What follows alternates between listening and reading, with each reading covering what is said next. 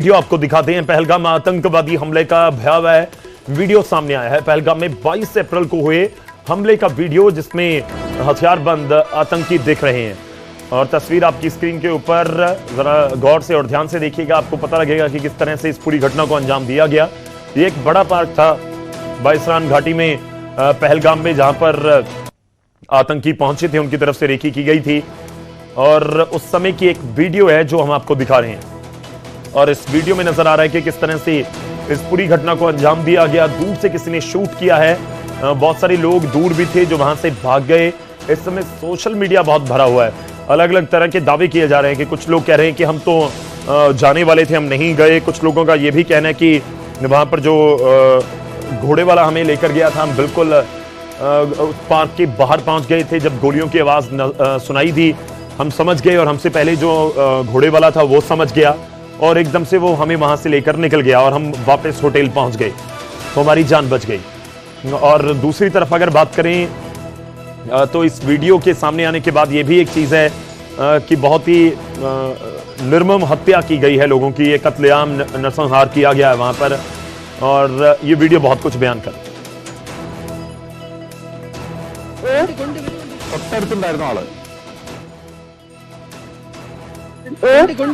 തൊട്ടടുത്തുണ്ടായിരുന്ന ആള്.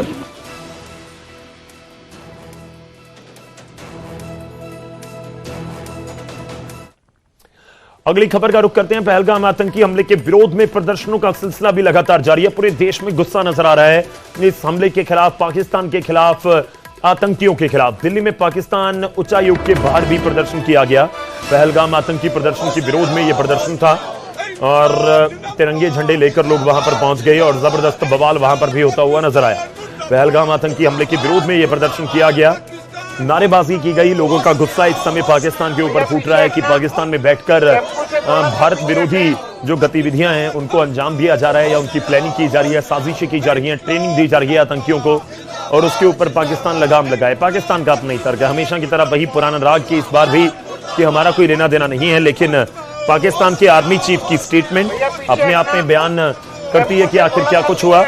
और खैर देखना होगा कि आगे एक्शन क्या होता है। लेकिन फिलहाल गुस्सा पूरे देश में है, अलग अलग जगहों पर अलग अलग तरीके से लोग गुस्सा अपना विरोध प्रदर्शनों की तरह के जरिए दिखा रहे हैं। और दिल्ली में भी नजर भैया पीछे हटना, टेम्पो से थोड़ा सा पीछे हटे। पाकिस्तान इंकलाब जिंदाबाद जिंदाबाद जिंदाबाद, इंकलाब पाकिस्तान मुर्दाबाद।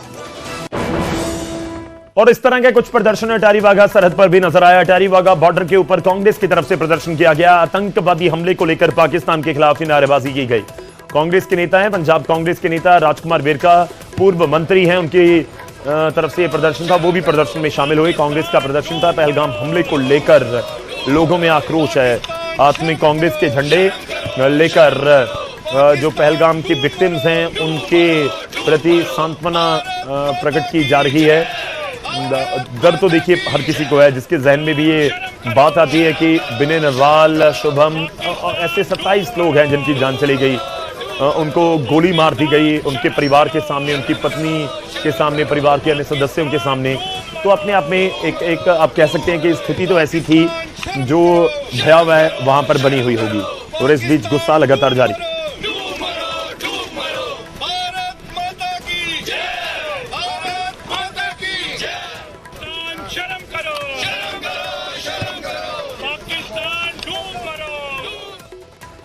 चलिए आगे बढ़ते हैं। अंबाला से भी कुछ तस्वीरें आपको दिखाएंगे। हिंदू संगठनों की तरफ से प्रदर्शन किया गया है शहर और कैंट में। अंबाला शहर और अंबाला कैंट में पाकिस्तान के खिलाफ प्रदर्शन किया गया, पुतले फूके गए और कुछ जगहों पर तोड़फोड़ और मारपीट तक की स्थिति बन गई।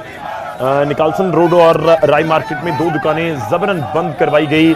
6 दुकानों में तोड़फोड़ हुई है। दुकानदारों में डर का माहौल भी नजर आया। पुलिस ने मोर्चा संभाला है। फिलहाल स्थिति सामान्य बताई जा रही है, हालात काबू में। ये एसएचओ जो मौके पर थे उनकी तरफ से जानकारी दी गई। खैर ये तो अपने लोग हैं, इनको इस तरह से करने की जरूरत नहीं है। हाँ, जो बंद की बात हो रही है, किसी जूस वाले का नुकसान करके तो आतंकियों के खिलाफ कोई एक्शन की बात नहीं हो सकती। लेकिन अगर कोई जबरदस्ती दुकानें बंद करवाने के लिए पहुंच रहा है तो उस चीज को भी समझना होगा कि अगर हमारे में गुस्सा है तो वो पाकिस्तान या आतंकियों के खिलाफ है, अपने लोगों के खिलाफ नहीं है। अगर किसी ने दुकान नहीं बंद की उसको प्यार से समझाया जा सकता है, उसका मतलब ये नहीं कि उससे मारपीट आप शुरू कर दीजिए। कोई दुकान बंद नहीं कर रहा है तो इसका मतलब ये भी नहीं है कि वो पाकिस्तान का सपोर्टर हो गया। ये भी समझना होगा, क्योंकि आमतौर पर इस तरह के प्रदर्शनों में कुछ जो उपद्रव करने वाले लोग होते हैं वो ऐसे प्रदर्शनों को डीरेल कर देते हैं। खैर फिलहाल स्थिति सामान्य है, अंबाला में कंट्रोल में है, पुलिस ये कह रही है। हमारा रोज प्रदर्शन चल रहा था। जो पुलवामा के अंदर जो ये अटैक किया है, 27 लोग शहीद हुए हैं, उसके ऊपर सरकार को ये कानों में जून नहीं रहेंगी। उनको सरकार के कानों में बताने के लिए कि फौरन एक्शन लिया जाए, रात भर पाकिस्तान के ऊपर अटैक होना चाहिए, उनका बदला लेना चाहिए। यहाँ पुलिस वाले आगे धमकाने लगे, यहाँ से रास्ता खाली करो, रास्ता खाली करो। ये मैं इवनिंग गश्त में था तो बलदेव नगर यहाँ काफ़ी भीड़ इकट्ठी हुई थी, तो देखा तो यहाँ एक रेडी पलटी हुई थी। अभी मामले की जांच जारी है, कोई शिकायत नहीं संबंध में प्राप्त।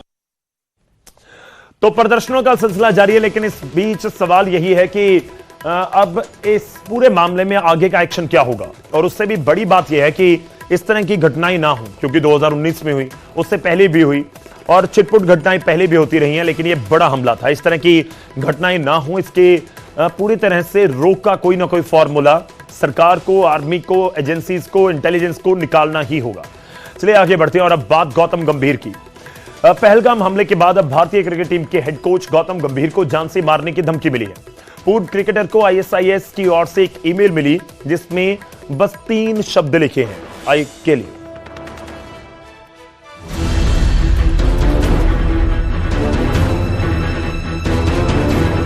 पहलगाम हमले के बाद अब भारतीय क्रिकेट टीम के हेड कोच गौतम गंभीर को ISIS की ओर से जान से मारने की धमकी मिली है। दरअसल एक शख्स ने ईमेल के जरिए आई किल यू का मैसेज भेजकर खिलाड़ी को धमकी दी है, जिस पर पूर्व खिलाड़ी ने सुरक्षा की मांग की है।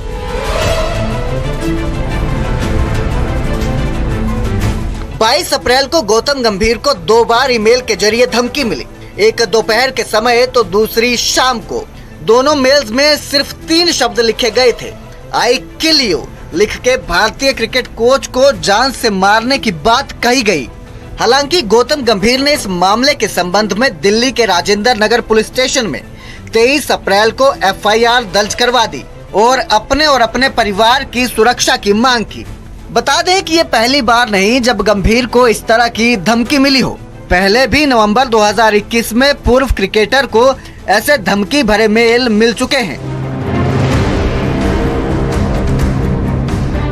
फिलहाल गौतम गंभीर ने दिल्ली के राजेंद्र नगर पुलिस स्टेशन में 23 अप्रैल को FIR दर्ज करवा सुरक्षा की मांग की है। वहीं पुलिस ने ईमेल भेजने वाले शख्स की तलाश शुरू कर दी है।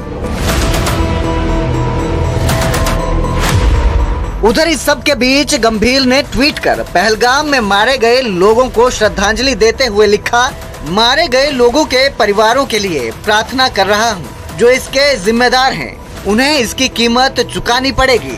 भारत जवाब देगा। बता दें कि गौतम गंभीर इस समय चल रहे IPL की वजह से टीम इंडिया से ब्रेक पर हैं और परिवार के साथ यूरोप दौरे पर हैं, जिनको पहलगाम हमले के एक दिन बाद मिली जान से मारने की धमकी ने सबकी चिंताओं को बढ़ा दिया है। Bureau report, news 18। अगली खबर का रुख करते हैं, करनाल का रुख करेंगे विनय नरवाल के घर। विनय नरवाल के घर पहुंचे केंद्रीय मंत्री मनोहर लाल खट्टर। परिवार के साथ उन्होंने मुलाकात की दी और विनय के दादा के साथ दुख साझा करते हुए भावुक भी केंद्रीय मंत्री और हरियाणा के पूर्व मुख्यमंत्री मनोहर लाल खट्टर नजर आए। करनाल उनका अपना क्षेत्र है, मुलाकात करने पहुंचे थे। परिवार के ऊपर दुखों का पहाड़ टूटा, इसमें कोई दो राय नहीं है। और इस बीच दुख साझा करते हुए खुद भी भावुक होते हुए नजर आए मनोहर लाल खट्टर। बहुत ही ये दुख, असहनीय दुख की बात है कि हमारा एक बहुत नौजवान होनहार देश का सैनिक लेफ्टिनेंट विनय नरवाल आतंकवादियों का शिकार हो गया। शहीद हो गया, उनके परिवार के लोगों को मिलने के लिए मैं आज आया हूँ। स्वाभाविक है, हम सबको इतना कष्ट है, दुख है, मन में पीड़ा है, परिवार के लोगों को होना स्वाभाविक है। परिवार ने बहुत ही एक प्रकार से बड़े अरमान होते हैं कि बेटे को पाल पोस करके और एक अच्छे मुकाम पर उसको पहुंचाया है। देश की सेवा के लिए लंबे समय तक उसने सेवा करनी थी, लेकिन जिस प्रकार की घिनौनी हरकत हुई है, आतंकवादियों ने की है,